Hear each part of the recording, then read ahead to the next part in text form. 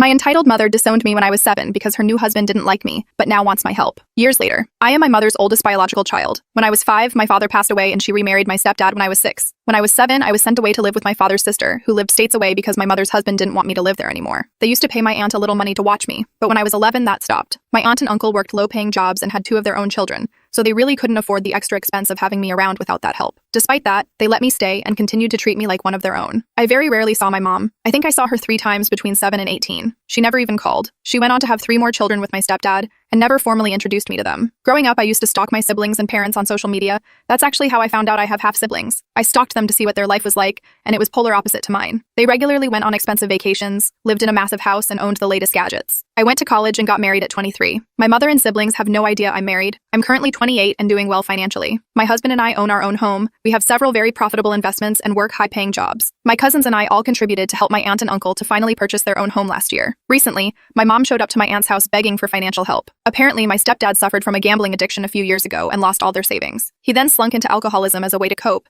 and ended up losing his job, and they can't afford to keep their house without help. My aunt explained she didn't have any money to help her. When my mother demanded to know how she could afford her new house if she had no money, she explained what me and my cousins had done. My mom then asked for my number. When she called me and explained the situation, I told her I couldn't help. She kept begging me and claimed my siblings would be made homeless if I didn't help them. I told her maybe she should sell some of their fancy stuff or they could all get jobs like my cousins, and I had to. I hung up before she could reply. Since then, I have been receiving message after message from my mom, my siblings, and even my stepdad begging me for help. I have never spoken to my siblings in my life. They've begun harassing my husband and my sister-in-law. They've also reached out to my aunt and cousins multiple times trying to get them to convince me to change my mind.